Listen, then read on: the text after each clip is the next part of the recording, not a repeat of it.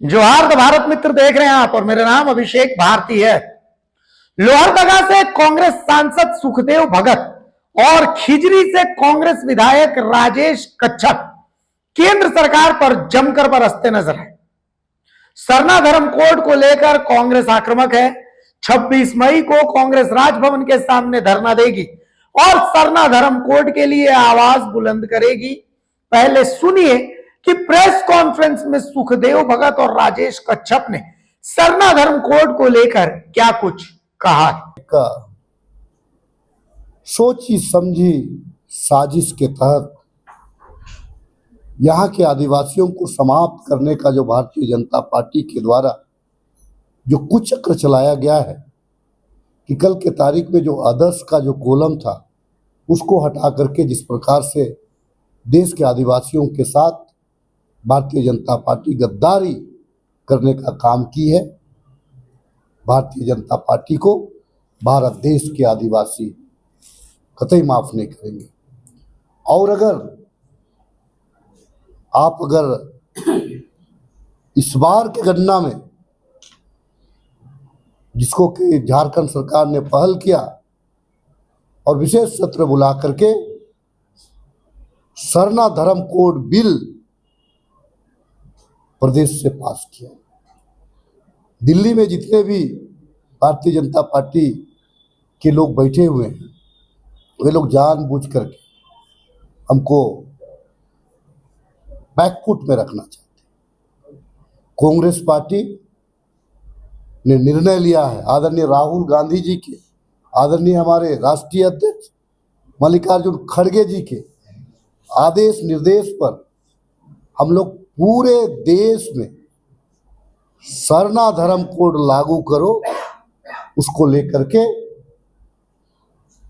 हम लोग आंदोलन करेंगे। और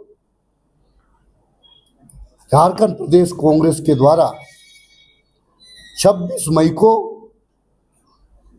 राजभवन के समक्ष हम अपनी मांग को लेकर के हम धरना देंगे। लेकिन मैंने कहा कि इतनी बड़ी विडंबना है कि 15 करोड़ आदिवासियों के लिए जो प्रकृति के पुजारी है, क्या उनके धार्मिक पहचान, उनकी धार्मिक आस्था, उनकी धार्मिक परंपरा उसको सरकार सीधे गौण करती है। और सबसे दुखद स्थिति यह है कि एक तरफ सरकार पशुओं की गणना करती है, बाघ की गणना करती है, लेकिन क्या आदिवासी इस देश के नागरिक नहीं है? क्या आदिवासियों की स्थिति जानवरों से भी बदतर है? या सरकार उनको इस रूप में समझती है कि उनकी कोई धार्मिक स्थान, धार्मिक पहचान, धार्मिक आस्था, उनके पाहन, उनके पुजार, उनका सरना स्थल, उनका कोई महत्व नहीं है? सुखदेव भगत एसटी है, एसटी सीट लोहरदगा से जीतकर दिल्ली पहुंचे हैं। राजेश कच्छप भी एसटी हैं, खिजरी एसटी सीट से जीत करके विधानसभा पहुंचे। कांग्रेस ने सरना धर्म कोड पर इन दो बड़े नेताओं को आगे कर प्रेस कॉन्फ्रेंस की। लेकिन अब बात थोड़ी इतिहास की भी कर लेते हैं। एक बात तो तय है कि बीजेपी किसी भी हाल में सरना धर्म कोड को लेकर बहुत पॉजिटिव नहीं है, लेकिन इस धर्म कोड को लेकर एक बार इतिहास समझेंगे तो संभवतः कांग्रेस की नीति भी थोड़ी समझ में आ जाएगी। इसलिए कि जातीय जनगणना जो कभी कांग्रेस के लिए अछूत मुद्दा था, राहुल गांधी ने लोकसभा चुनाव में उसी मुद्दे को सबसे ज्यादा भुनाया। इसी तरीके से सरना धर्म कोड, इसको लेकर के भी कांग्रेस का एक इतिहास है। सन 1871 यानी जब अंग्रेज थे तब से लेकर के सन 1951 तक के जनगणना में जो जनगणना प्रपत्र होता था उसमें आदिवासियों के लिए अलग धर्म कोड था। 1961 की जनगणना प्रपत्र में इसे हटाकर अन्य धर्म की कोटि में डाल दिया गया, यानी आदिवासियों के लिए जो था उसमें टिक करने का उसको हटा करके और उसको कर दिया गया अदर्स। विडंबना यह है कि उस दौरान देश के शासन में कांग्रेस थी, यही कांग्रेस जो आज प्रेस कॉन्फ्रेंस कर रही है। इसके बाद आदिवासियों के सामने धार्मिक पहचान का संकट खड़ा हो गया।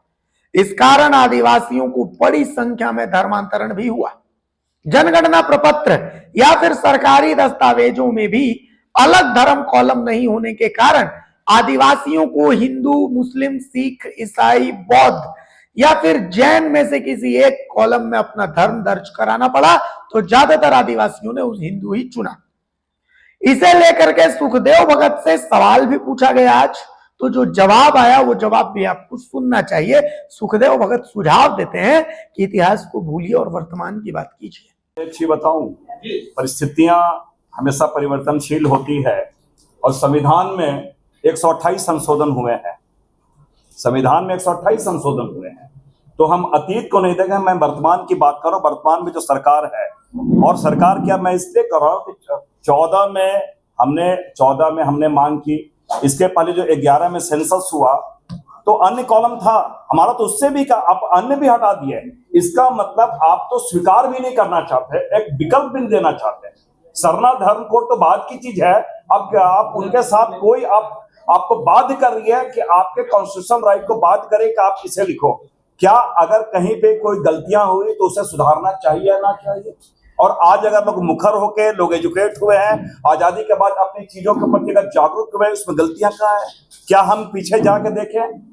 ईश्वर ने हमें आगे आके देखिए, हम आगे की बात करेंगे। अब ये जो कुछ हुआ इसके बाद आदिवासियों की सही जनगणना तो संभव ही नहीं थी। आदिवासियों की अपनी एक अलग धार्मिक पहचान दिलाने के लिए सबसे पहले अखिल भारतीय आदिवासी विकास परिषद के संस्थापक अध्यक्ष बाबा स्वर्गीय कार्तिक उरांव आगे आए। उन्होंने पूरे देश के आदिवासियों को एकजुट करने के लिए बहुत काम किया। ये वो जानते थे कि पूरे देश के आदिवासियों को धार्मिक रूप से एक करना ही होगा, तो एक सर्वमान्य नाम का होना बहुत जरूरी है। इसीलिए उन्होंने आदिवासियों के लिए आदि धर्म का समर्थन किया और इसके लिए वो काफी प्रयत्नशील भी रहे। उन्होंने साल 1968 से लेकर के 1969 तक इसको लेकर देश के विभिन्न राज्यों में आदिवासियों के विभिन्न समुदायों के बीच बहुत सी बैठकें की और उसके बाद काफी विचार विमर्श किया। इसी तरह से साल 1970 से लेकर के 1980 तक पढ़ा दीवान भारत के भीखराम भगत ने भी आदि धर्म के लिए बहुत काम किया। वो आदिवासियों के लिए आदि धर्म के लिए बहुत सारा कोशिश करते नजर है। इसके बाद पद्मश्री स्वर्गीय रामदयाल मुंडा ने भी आदि धर्म कोड के समर्थन में बहुत काम किया। उन्होंने आदि धर्म नाम का बाकायदा किताब भी लिखा। उन्होंने भी अलग आदि धर्म के लिए काफी प्रयत्न किया। साल 2000 में राजी पढ़ा सरना प्रार्थना सभा के बंधन तिग्गा और आदिवासी छात्र संघ के वर्तमान विधायक चमरा लिंडा आदिवासी छात्र संघ के थे और अभी तो मंत्री भी है चमरा लिंडा। तो उन्होंने सरना धर्म कोड के लिए बहुत कोशिश की, बहुत आंदोलन भी चलाया। ये दोनों भी सरना धर्म के बड़े समर्थकों में से रहे हैं। साल 2003 में पूर्व मंत्री देव कुमार धान और छत्रपति शाही मुंडा ने भी सरना धर्म कोड के लिए आंदोलन शुरू किया।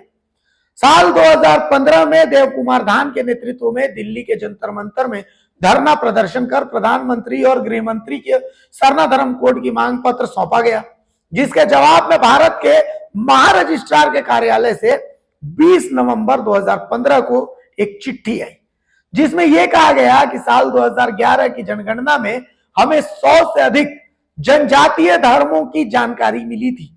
सिर्फ झारखंड में ही 50 से अधिक धर्म जनगणना प्रपत्र में दर्ज किए गए हैं। ऐसे में सरना को अलग धर्म कोड देना पॉसिबल ही नहीं है व्यवहारिक रूप से, क्योंकि सरना को अलग धर्म कोड देने में ऐसी ही मांग बाकी समुदाय भी करेंगे, जिसे रोका जाना चाहिए। इसलिए अलग धर्म के रूप में सरना धर्म की मांग स्वीकार नहीं की जा सकती। ये सब उस चिट्ठी में लिखा गया था। इस चिट्ठी के मिलने के बाद देव कुमार धान ने पूरे देश के विभिन्न समुदायों के साथ दिल्ली समेत अन्य राज्यों में बहुत सी बैठकें की और राष्ट्रीय स्तर के सम्मेलन भी आयोजित किए। 9 सितंबर 2018 को गुजरात में आदिवासी समुदाय के विभिन्न प्रतिनिधियों के बीच आदिवासी धर्म पर सर्वसम्मति भी बनी। इसे लेकर कुछ दिन पहले कांग्रेस नेता और बाबा कार्तिक उरांव की बेटी गीताश्री उरांव से तो भारत मित्र ने खास बातचीत की थी। इस बातचीत में भी हमने ये सवाल पूछा था कि सरना धर्म कोड और आदिवासी धर्म कोड के बीच क्या अंतर है, इसका विवाद क्या है। तो जो जवाब आया था उसको आपको समझना चाहिए, तो तकनीकी जो बात है वो आपके समझ में आएगी। करके भी दो मत है। हमने इसको लेकर के भी देखा कि इसको भी लेकर के सरना धर्म कोड, सरना आदिवासी धर्म कोड, इसको लेकर के दो बातें, मतलब इसमें क्या अंतर है? नहीं नहीं, सरना आदिवासी को तो उसको नहीं, एक परिभाषा वो जबरदस्ती की डाली गई 2020 वही मैं में। मतलब कंफ्यूज हो गया मैं हाँ, खुद। नहीं, ये एक्चुअली होना था। देखिए, अदर्स वाले जिसमें मैं भी थी उस जी। डेलीगेशन में, गुजरात से भी टीम आई थी और छत्तीसगढ़ से भी आए थे मेरे ख्याल से लोग, जो इस बात को मानते हैं कि देश भर के आदिवासियों की पहचान का मामला ठीक है। तो फिर वो हर जैसे ट्राइबल रिलीजन पे आंध्र प्रदेश की गवर्नमेंट ने बहुत पहले ही, शायद 18-19 में ही पास कर दिया था। अच्छा, हाँ, उन्होंने कहा कि नहीं, ट्राइबल रिलीजन ही ठीक है, वहां से प्रस्ताव वो निकल चुका है। उसी तरह से यहाँ पर भी फिर लगे जगह जगह अपना लोग जा रहे हैं, वो टीम जा रही है, तो उसमें मैं भी थी। अच्छा, और हमने मुख्यमंत्री जी से बात की, वहां पर रखी, और वो सारे कागज भी दिखाए जो 2015 में जो है रजिस्ट्रार जनरल ऑफ इंडिया के ही ऑफिस से वो निकले थी चिट्ठी कि 90 के तकरीबन आदिवासी समुदाय के अलग अलग कोड की मांग का वो मतलब आवेदन आया हुआ है, जो व्यवहारिक रूप से संभव नहीं है। तो व्यवहारिक रूप से संभव नहीं है। अच्छा, वो प्रैक्टिकली पॉसिबल ही नहीं था। पॉसिबल इसलिए नहीं है, आप देख लीजिए ना, हिंदू को बोलते हैं 24 तरह की शाखाएं हैं, ठीक है, सैकड़ों देवी देवता हैं, फिर भी एक कोड है। चर्च 2 है, हाँ। मुसलमान का भी 2 पंथ है, आपका शिया सुन्नी, आपका जैन का भी 2 है, आपका सिख का भी 2 है, आपका बौद्ध का भी 2 है। और यहाँ पर आपके आदिवासी का हर, जैसे गोंड है, भील सबसे ज्यादा आदिवासी हैं, उसके बाद गोंड आते हैं, उसके बाद बाकी भी हैं, बाकी। तो अब तो सबके पहचान के लिए कोई एक ही हो सकता है ना, कोड तो एक ही होगा, क्योंकि मैंने जब 2020 में सरना कोड के लिए मानव श्रृंखला बनाने के बाद ये कहा कि सर हमारा तो एक राष्ट्रीय स्तर का एक है, हमने ये सक्सेसफुली कर दिया, अब हम चाहते हैं कि मतलब हम राष्ट्रीय स्तर से करें, तो अगर आप राज्यों में बोल देंगे तो ये हो जाएगा। ठीक है। तो उन्होंने कहा देखिए, ये आपके 5-6 राज्यों की ही मांग है, बाकी आदिवासी आज के डेट में अदर्स के ही उसमें सहमत हैं, वो समझ गए हैं, क्योंकि 2015 में वो चिट्ठी निकली थी। तो ये मामला है। और तब मुझे ये एहसास हुआ कि मेरे पिताजी ने सिर्फ बिहार के आदिवासियों को तो देख के अखिल भारतीय आदिवासी का गठन नहीं किया था, उन्होंने पूरे देश भर के आदिवासियों को एक प्लेटफॉर्म में लाने के लिए। तो जब तक आप दूसरे का मान सम्मान का आप ख्याल नहीं रखेंगे तो क्या वो आपके साथ चलेंगे? संभव ही नहीं है। और सबका अधिकार है अपना, सबका अपना अपना अस्तित्व है, अधिकार है, भले मतलब वो अलग अलग समुदाय में के नाम से जाने जाते हो, मगर सबका अपना अपना एक है, तो आदिवासी है, आदिवासी प्रकृतिवादी, तो बिल्कुल उस हिसाब से है। और इन सब बातों को सुन के मुख्यमंत्री जी भी उस समय 2020 की ही बात है, वो इस बात पे एकदम कन्विंस हो गए थे। और उनका बस एक लाइन का ही जो स्टेटमेंट आया था इसमें चैनल में, कौन सा भी जो भी चैनल था, कि पूरे देश भर के आदिवासियों की पहचान की बात है, उन्होंने बस ये कहा था। उसके बाद फिर जो सरना कोड वाले हैं, उन्होंने ऐसा धमाल मचाया, ऐसा प्रेशर बनाया कि उनको बैकफुट पे जाना पड़ा। तब क्योंकि 2 तरह की बातें हैं, वो ये भी समझ रहे हैं कि वो भी ठीक है और ये भी ठीक है, तो क्या करें, तो बीच का रास्ता निकालने के लिए उन्होंने सरना आदिवासी कोड का बात, मतलब उनको पता है कि रजिस्ट्रार जनरल ऑफ इंडिया जो है आदिवासी पे ही जाएंगे, अन्य वाला ही उस पे होंगे, सरना पे तो वो पहले ही रिजेक्ट कर चुके हैं। गोंडी, कोया, परनेम, टोडी जो भी अपना डाल रहे हैं, सबका रिजेक्ट हो चुका है, उनको पता है, हमने बता दिया, दिखा दिया सब कुछ। तो वो इस तरह से प्रस्ताव गया, उनको पता है कि ये गिरने वाला है, नहीं होगा, ये पॉसिबल ही नहीं है, अलग से कैसे देंगे, फिर तो सभी कूदेंगे ना, तो फिर तो सबके बाल ही खत्म हो जाएंगे, उड़ जाएंगे। ये बिल्कुल, इसलिए मैं कह रही हूँ कि ये बात, जो चीज संभव हो, बाकी लोगों ने सोचा कि ताकत हम वहीं पर लगाएंगे ना, या उसमें ही रहे जो हमें मिला हुआ ऑलरेडी, और इसी खींचातानी का ही तो फायदा भारत सरकार अभी तक उठा ही रही है। इसी चीज का बार बार इसी चीज को बोल रहे, अरे भैया प्रैक्टिकल बनो, देखो यथार्थ क्या है, क्या संभव है, क्या हमारे हित में है, या फिर पूरे आदिवासी देश भर के आदिवासी समाज के हित में।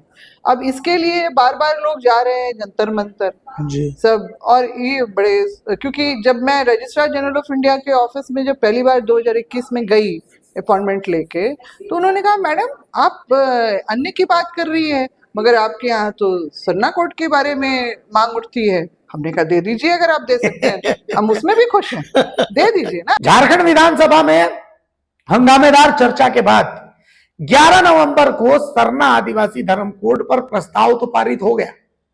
दरअसल इस कोड पर प्रस्ताव पारित करने के लिए एक दिन का विशेष विधानसभा का सत्र बुलाया गया था, लेकिन फिलहाल यह प्रस्ताव केंद्र के पास तो पेंडिंग है। पर केंद्र के पास नीति से जुड़े भी सवाल हैं और नीयत से जुड़े भी सवाल हैं। क्या सरना धर्म कोड झारखंड से बाहर के आदिवासियों को मान्य होगा? क्या उनको कबूल है ये? या फिर इसका नाम सरना आदिवासी धर्म कोड होना चाहिए, या फिर सिर्फ आदिवासी धर्म कोड? इन सब में तकनीकी अंतर क्या है? यह मामला बहुत पेचीदा है। तो कुल मिलाकर फिलहाल सरना धर्म कोड पास होना केंद्र से उतना ही मुश्किल है जितना 1932 खतियान आधारित स्थानीयता, या फिर उससे भी ज्यादा मुश्किल और तकनीकी। लेकिन इस मुद्दे के बाहर आने से, इस मुद्दे के चर्चा में रहने से आने वाले कई सालों तक राजनीतिक चूल्हे पर राजनीतिक दलों की ताजी ताजी रोटियां सिकती रहेंगी। बाकी आप समझदार हैं, आप जनता हैं, आप जनार्दन हैं। नमस्कार, जोहार। अगर खबर पसंद आए तो आप QR स्कैन कर दें हमारा साथ। आपका एक छोटा आर्थिक सहयोग है हमारा बड़ा हौसला। द भारत मित्र, बुलंद भारत की बुलंद तस्वीर।